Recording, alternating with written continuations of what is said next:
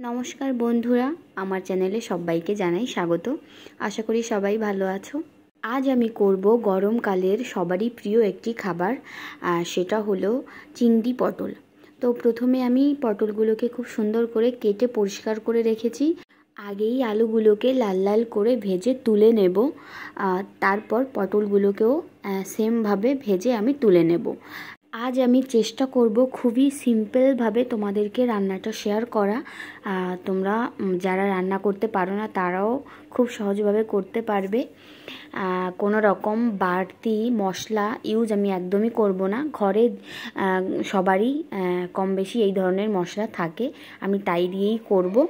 তো আলুগুলোকে আমি ভেজে নিয়েছি, এবার পটলগুলোকেও ভেজে নিয়েছি, তুলে নেব।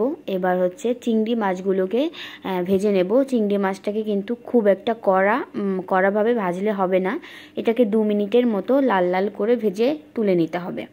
তো দেখো আমার এদিকে লাল লাল করে ভাজা হয়ে গেছে, আমি কিন্তু খুব একটা কড়া ভাজা দিইনি। আর এদিকে আমি একটা মশলা বানিয়ে নেব। এখানে আছে পেঁয়াজ, টমেটো, শুকনো লঙ্কা, আদা, রসুন, সিম্পল একটা পেস্ট হবে আর কি। সবার ঘরেই এইসব থাকে। তো তারপর আমি এদিকে ফোড়নে দিয়েছি শুকনো লঙ্কা আর হচ্ছে গোটা গরম মশলা, আর তারপর হচ্ছে গোটা জিরে। তো এই হচ্ছে আমার ফোড়ন। তারপর আমি দিয়ে দিলাম পেঁয়াজ, আর পেঁয়াজটাকে আমি ছোট ছোট করে কেটে নিয়েছি, একেবারে ঝিরিঝিরি।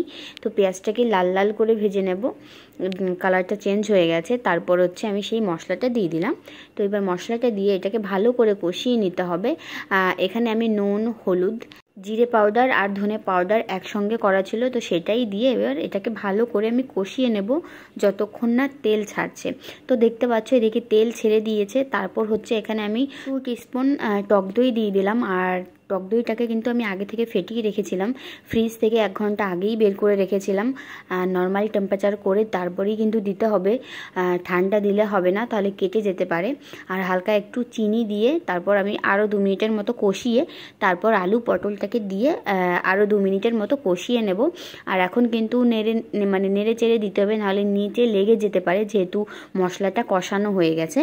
তারপর 2 মিনিটের মতো আমি কষিয়ে এখানে চিংড়ি মাছটা দিয়ে দিলাম। এবার চিংড়ি মাছটা দিয়েও ভালো করে মিশিয়ে তারপর পরিমাণ মতো জল দিয়ে দিতে হবে। আর এখানে তোমরা জলটা কম বেশি দিতে পারো, যেহেতু আমরা একটু ঝোল টাইপের খেতে পছন্দ করি, তার জন্য একটু ঝোল ঝোল করবই, মানে একটুখানি জল বেশি দিয়েছি। তো এবার ঢেকে রাখবো 5 থেকে 6 মিনিটের মতো। তো দেখো এদিকে 5-6 মিনিট পর আমি ঢাকনাটা তুলে দিলাম, আলুটাও গলে গেছে। সবশেষে আমি গরম মশলা দিয়ে দিলাম। গরম মশলাটা দিয়ে নেড়ে চেড়ে গ্যাসটা বন্ধ করে আমি ঢাকনা দিয়ে ঢেকে রাখবো 5 থেকে 10 মিনিটের মতো। যখন খাবে আর কি তখন ঠিক খুলে নিলেই হবে। তো আমি ঠিক খাওয়ার সময় এটাকে খুলে নেব।